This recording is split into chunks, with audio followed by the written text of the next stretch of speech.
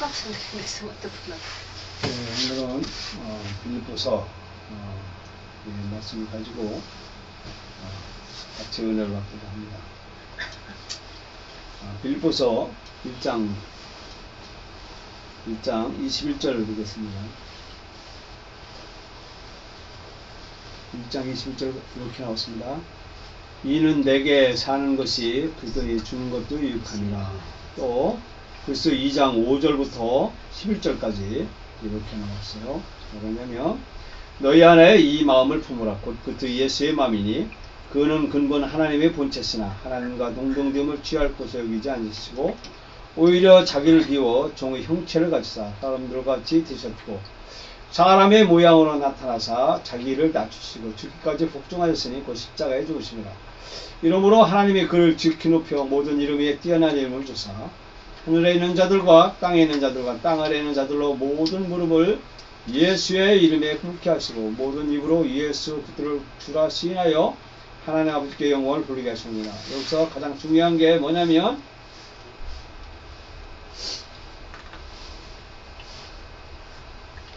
여기 비워 오히려 자기를 비워입니다. 그리고 4장 4절 봅니다. 주 안에서 항상 기뻐하라. 내가 다시 말하니 기뻐하라. 그렇습니다.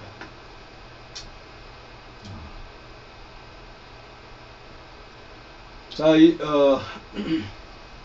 잠깐 이 로마 이게 이제 여기가 유대입니다. 여기가 예수님 십자가에서 못 박힌 유대 나라예요. 여기 지금은 이탑 로마예요. 로마예요.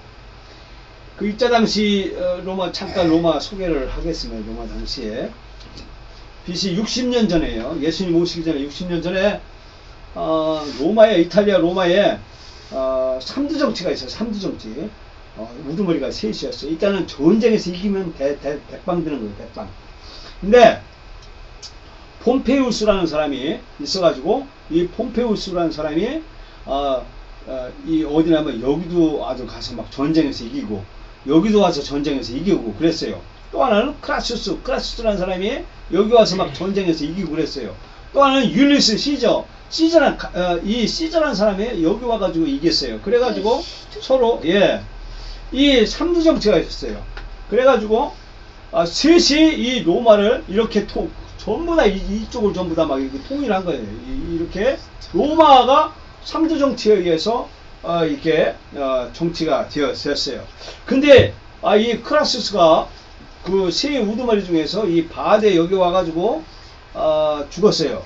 그러니까 3두 정치가 사라지고 두 사람 이 폼페이우스하고 율리스스 이 카이사르하고 둘이 이렇게 하다가 이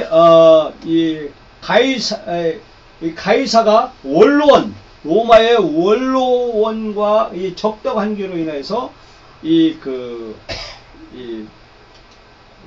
아주 껄끄러운 관계에 있었어요. 이때 이 가이사가 이 폼페우스를 물로 제압을 했어요. 그래가지고 폼페우스가 어디로 도망갔냐면 이 아프리카 알렉산드리아로 도피를 했어요. 이탈리아에서. 그런데 이 알렉산드리아로 도피했는데 이 폼페우스가 전쟁 아주 우두머리 이 사람이 이 알렉산드리아로 거기서 도피하는데 거기에서 이 클레오파트라 오빠에 의해서 살해당해요. 누구냐면 프톨레마우스 이 사람한테. 그래가지고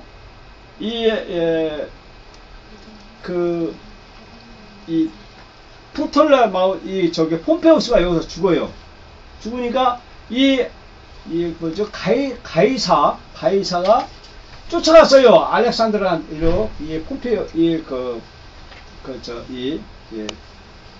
폼페우스를 죽이려고 쫓아갔는데 이미 클레오파트라 오빠가 정권을 잡았는데 이 오빠가 이 폼페우스를 살해한 것을 보고 이제 가이사는 넉넉히 이렇게 있다가 클레오파트라의 매혹적인 사랑에 빠졌어요. 사랑에 빠져가지고 여기서 클레오파트라의 그 이 품 안에서 앵겨가지고 여기 있다가 정신없이 놀다 보니까 정신 차려 보니까 이 오빠의 군대에 포위된 거예요. 포위돼가지고 생명의 위기를 느낀 거예요. 그러니까 이때 누가 했냐면 여기에 유대나의 이두메라고 하는 안티파트라는 이 아주 출중한 이 사람이 여기 와가지고 이 알렉산드로 여기 와가지고 이 가이사를 구출을 합니다. 구출을 해가지고 이 가이사가 가까스로 생명을 이제 살아서 다시 로마로 귀환을 해요. 로마로 와요. 그래가지고 여기 이두메라고 하는 이 에돔 사람 안티파트 이게 누구냐면 헤롯이에요. 헤롯의 조상이에요.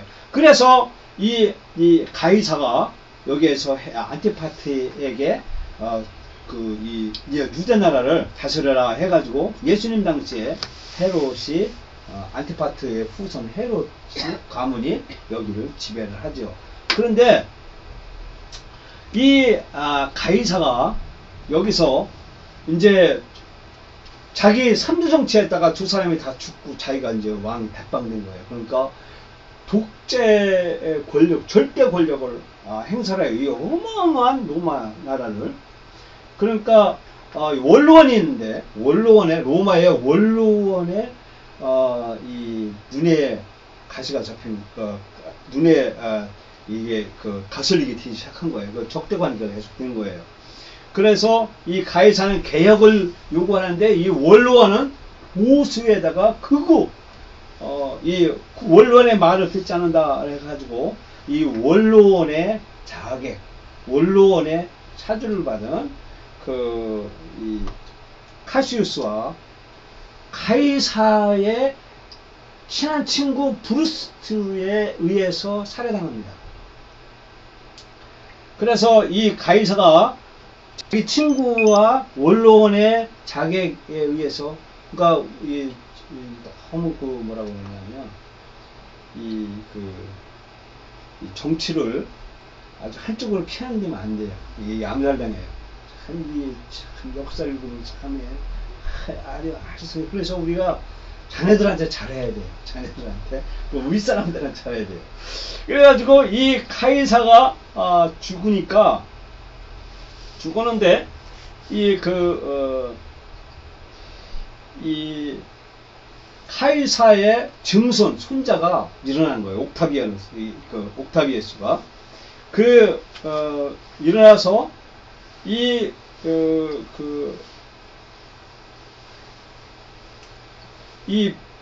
가이사 죽인 브루스와 카시오스를 공격을 시작해요. 그래가지고 이 또 원로원의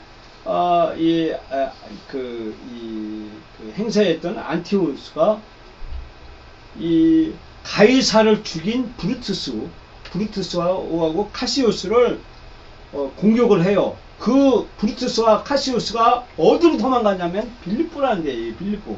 여기 조그만 도시 아주 유럽이, 여기는 아시아, 여기는 유럽의 유럽 끝머리에 도망가가지고 여기서 빌립보 평원에서 이 브루투스와 카시오스를 무리칩니다. 그래서 결국에는 이 가이사의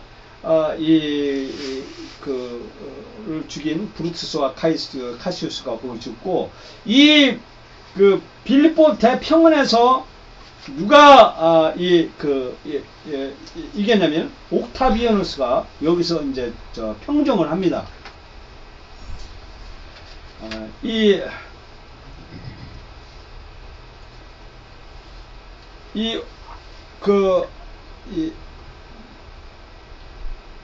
옥타비아누스가 여기서 이겨가지고, 이 옥타비우스가 이기지만 혼자 이긴 게 아니에요.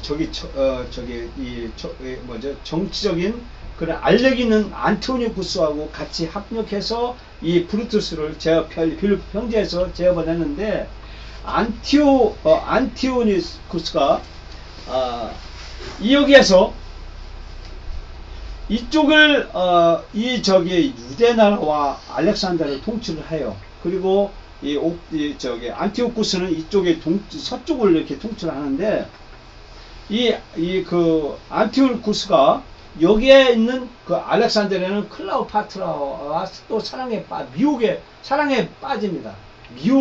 클레오파트의 미혹을 당합니다. 그 역사에 보면 클레오파트라 코가 뭐 10cm만 작아도 역사는 바뀐다는 것처럼 그런 말이 있듯이 이 클레오파트라가 아주 자기 미모 몸물 하나로 아주 이 역사의 이 황제들을 농락을 하죠.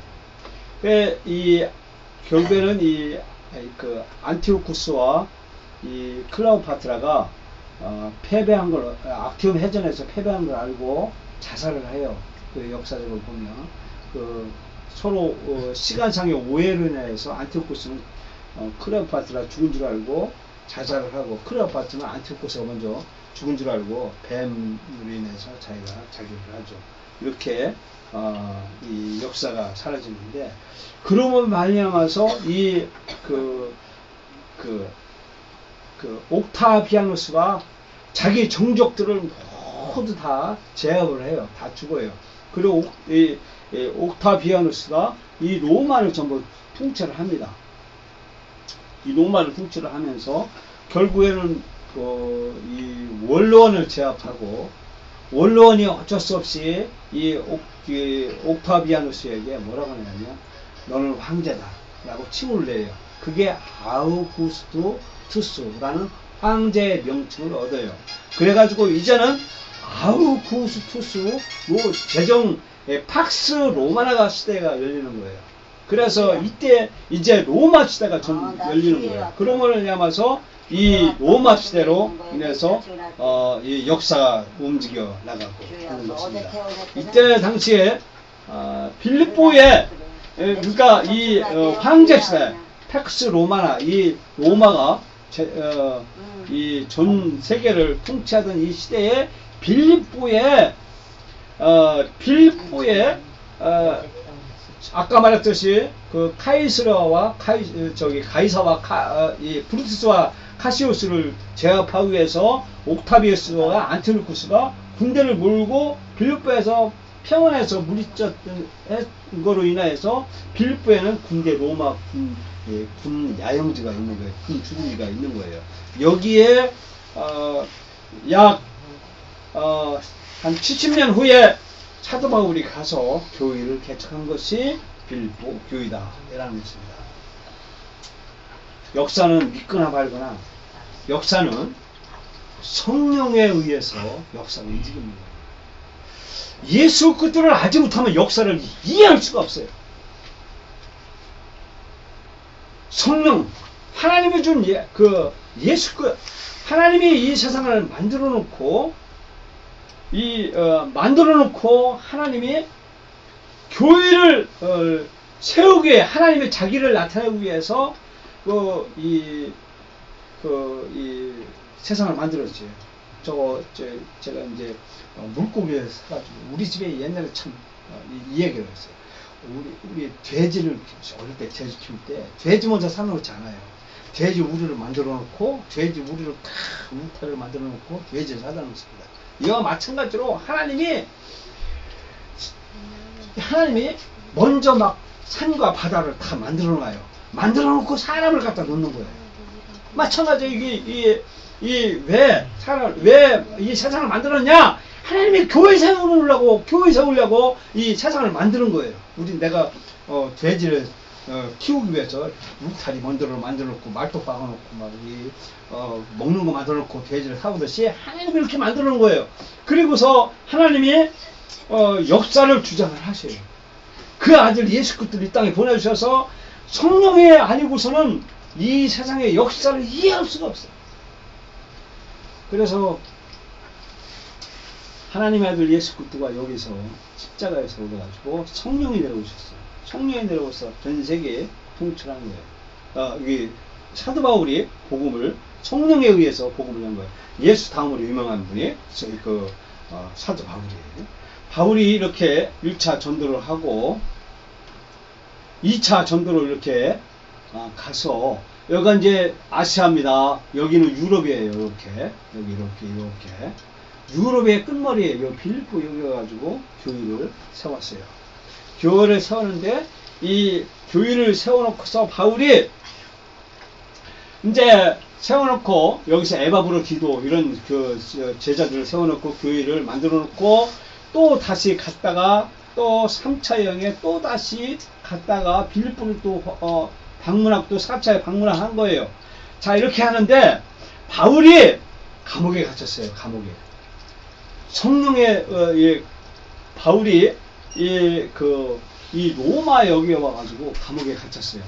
갇혔는데 여기에 이 빌립보 여기 빌립보의 교인들이 바울 선생이 감옥에 갇혔다는 소식을 듣고 에바브라 기도라는 여기 교회 지도자를에게 교인들이 10,000원도 좋고 1,000원도 좋고 뭐 100,000원도 좋고 이렇게 모았어요. 모아서 우리 선생 바울이 감옥에 갇혔으니 우리 영치금 좀 갖다 주자 하고 있어요. 후원금을 모아서 에바브로가 이 교회 바울에게 갖다 줘요. 바울에게 갖다 주면서 바울이 에바브리를 통해서 소식을 들어요. 소식을 듣고 바울이 이때 또 에바브리가 병을 들었어요. 병을 들으니까 사도 바울이 편지를 써서 에바브리에게 보내줘요. 빌립보에게 보냅니다.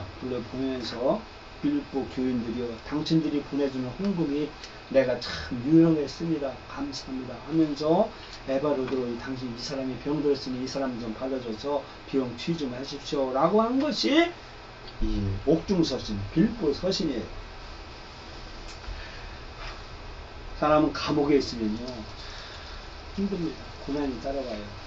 또 못 받고, 그 형편이 지금 감옥은 이해도 안 해요. 예, 고난과 죽음에 대한 그 의미, 이런 것을 보면서 체험하면서 빌립보 교인들에게 뭐라고 하느냐, 교회 안에 서로 하나가 되세요. 하나가 되십시오. 라고 하는 거예요. 그리고 이 예수 그리스도와 교제하는 삶을 살아라 라고 촉구하고 있어요. 그러면서 그리스도 참가, 아까 말했죠. 이게 그리스도 참가예요. 2장 5절부터 11절 말씀. 너희 안에 이 마음을 품으라. 곧 그리스도 예수의 마음. 그는 근본은 하나님의 본체시나 하나님과 동등됨을 취할 것을 여기지 않으시고 오히려 자기를 비워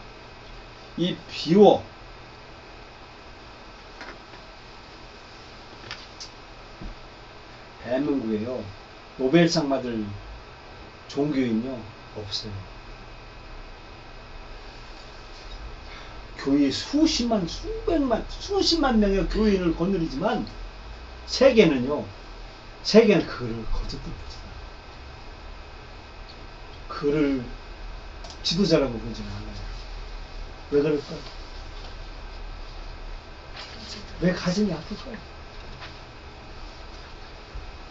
지금 소천하신 영락교회 누구죠? 영락교회 목사님 돌아가신 분이 한경주 목사님.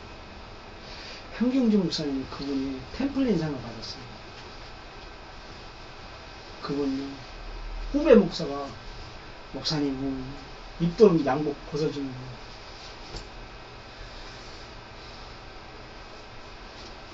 거 어렵다고 월급 띄워주고 템플린상을 받았어요. 지금요 한국교회 목사님, 제가 보기에는요 한국교회 목사님 중에서 노벨상만을 나는 사람이 없을 것 같아요. 이 비오라고 하는 말, 이 비오라고 하는 말, 이게 케노시스라는 말인데, 하나님이 이 땅에 내려오셔서 사람보다도 더 낮은 자기 몸을 비워서 하나님의 형상을 입으셨어요. 이게 그리스도 참가예요. 제가 이렇게 그 사도 바울이 뭐라고 얘기를 하느냐면, 그 거짓 교사를 경계하라.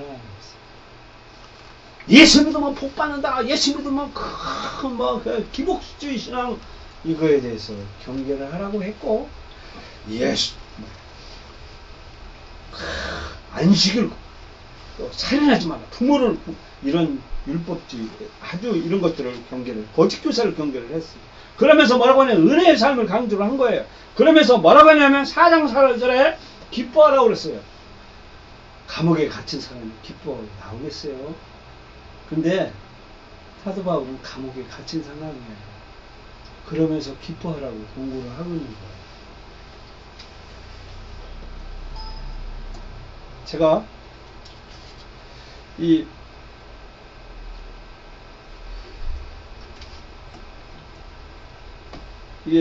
결국에는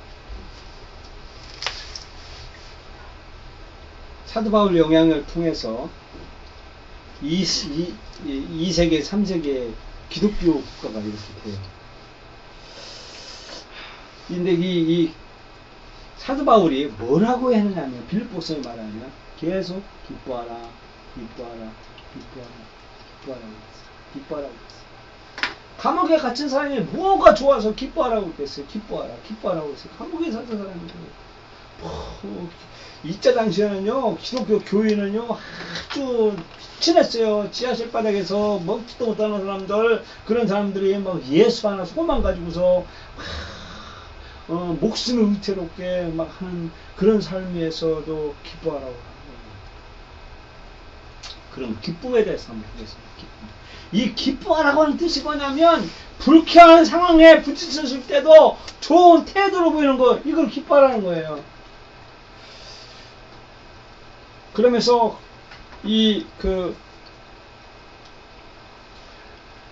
연을, 제가 어릴 때 연을 날렸어요. 연을 있죠. 바람에 날리는 연줄 내가지고요. 처음에는요, 막 힘들어요. 연을 막 달려가야 되고, 바람이 불어야 되고, 또 나뭇가지에 부딪지 않게끔 막 연을 막 올려야 돼요. 근데 연을 한번 올라갔다 떨어졌다 또 올라가면, 한번 바람이 불어서 연이 계속 올라가면 계속 뜹니다. 그런 것처럼 우리가 계속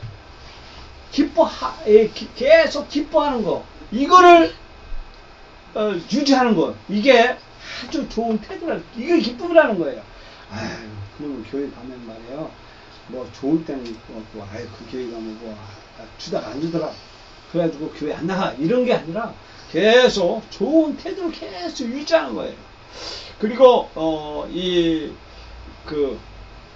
행복은 외적인 행복과 내적인 욕구가 일치할 때 생기는 감정인데, 그런데 기쁨은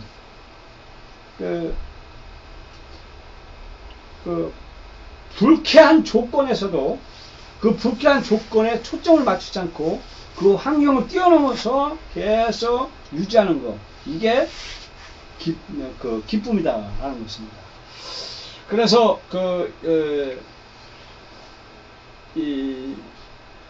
인생에는 그 쾌락을 찾아서 하는 것보다 그 목적이 있어야 되는데, 그것은 뭐를 얻는 거, 그것을 소유하면 기쁨이 있고 행복할 것 같지만, 그러나 내가 그걸 얻는 거로 인하여서, 그걸 소유함으로 인해서 그 값을 지불하는 청구서가 계속 매달 날라옵니다.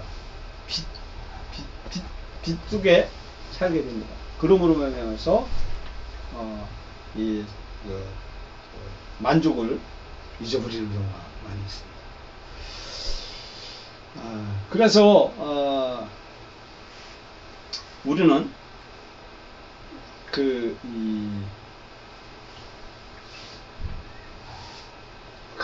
그림을 봐야 됩니다.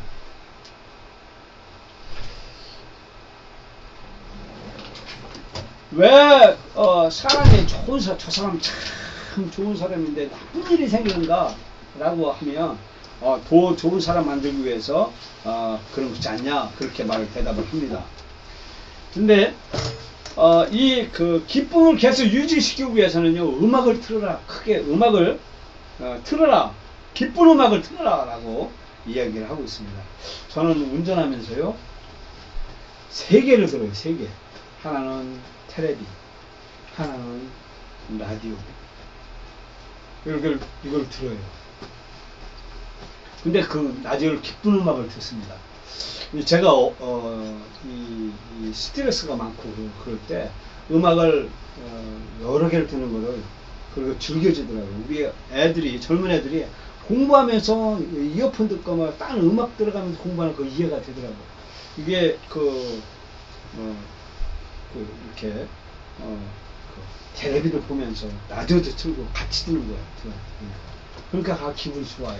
그래서 기쁨을 유지하기 위해서는 이렇게 기쁜 음악을 트는 거예요. 경쾌한 리듬 막 다다다다 하는 그런 음악을 듣는 거 아주 사람이 좋다라고 하는 것입니다. 그리고 큰 그림을 원하는 것이죠. 그리고 이 싱크북이라는 것이 싱크북. 이게 책을 읽으면요, 책을 제목과 대목차를 딱 보면 그게 딱 나와요. 이 책에 대해서는 뭔가 이게 이거는 뭐를 지시하는 거구나 하고 위에서 볼 줄 아는 거예요. 위에서요. 책을 이렇게 보면. 근데 이게 큰 그림을 싱크빅 큰 그림을 못 그리면 그거 자잘한 것 때문에 막 그거로 인해서 막 스트레스 많이 나가지. 이제 큰 그림을 보라라는 것이고, 그리고 긍정적으로 지켜라라는 것입니다. 이 인생의 어두운 때가 반드시 어두울 때가 와요. 우선 옵니다. 근데 이 어두울 때 조심해서 걸어야지만 됩니다. 그래야 넘어지지 당신이 또는 내가 넘어지지 않는다는 것입니다. 어려운 한중에 봉착했을 때 이 당면의 문제의 현실을 무시해서는 안 된다는 것입니다. 어려울 때 어려울 때 그거를 캐싸라 쎄라 하면서 망가지면 안 된다라는 것입니다. 그리고 권위자를 신뢰하라 라는 것입니다. 내가 하면 저 사람보다 더 잘할 텐데 저 목사보다 내가 설교하면 내가 저 목사보다 설교가 더 잘할 텐데 라고 생각합니다. 가끔은 그렇게 설교도 잘할 수가 있습니다. 그러나 다른 사람의 책임을 짊어지면 질수록 기쁨보다는 근심이 더 많아집니다. 그래서 당신의 동료와 권위자를 지지해 주는 것이 그게 더 훨씬 쉽고 더 기쁨이 있는 겁니다. 그래서 잘하는 사람에서는 저 잘하라, 넌 잘해 잘하고 격려해 주고 지지해 주는 거, 이게 아주 기쁨을 유지할 수 있는 것이 내가 기쁨을 유지할 수 있는 것이라는 것입니다. 그리고 경계선을 조심하라는 것입니다.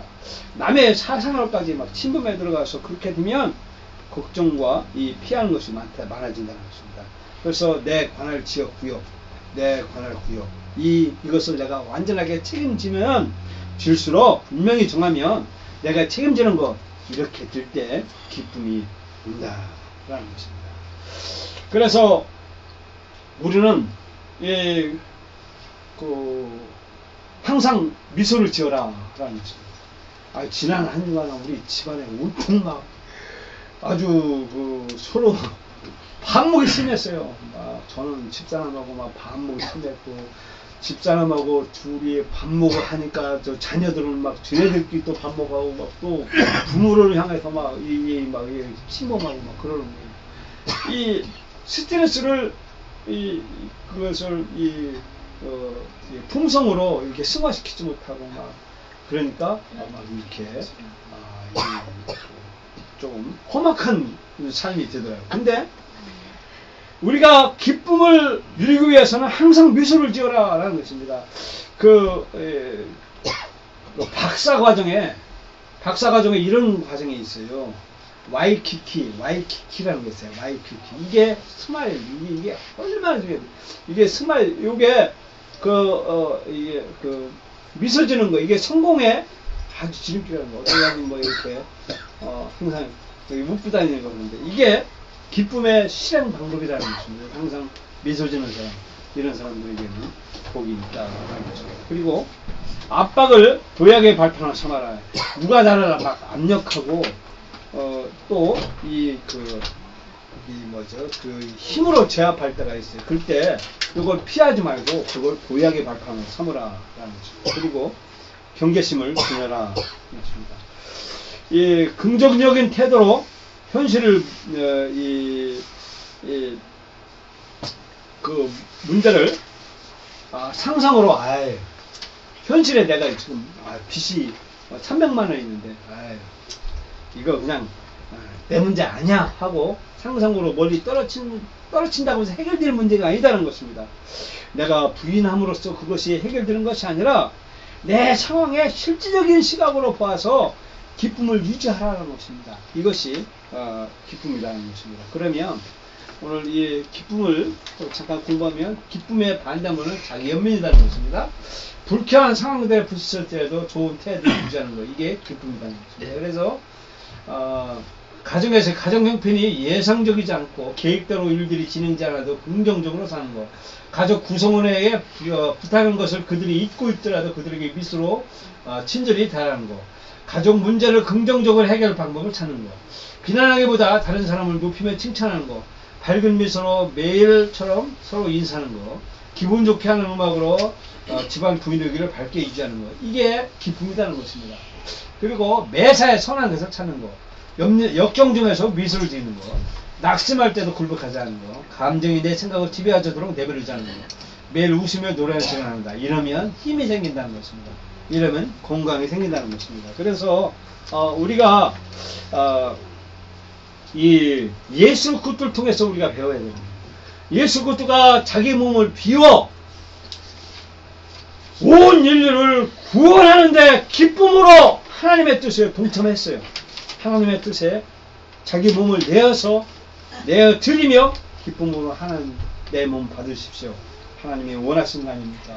그러므로 인류가 살지 않았습니까? 라고 하는 거. 그러므로 하나님 와서 온 인류가 구원하는 거. 이게 진정한 기쁨이에요. 네. 찾아봐 우리 이 기쁜 도를 체험해서 기뻐하라고 한 거예요. 그래서 자녀들이 명절 때 내일 모레 오잖아요. 오늘 저녁에 기뻐하세요. 기뻐하세요. 속상하더라도 속에서는 막 꿀팁해도 기뻐하세요. 웃으세요. 웃으세요. 또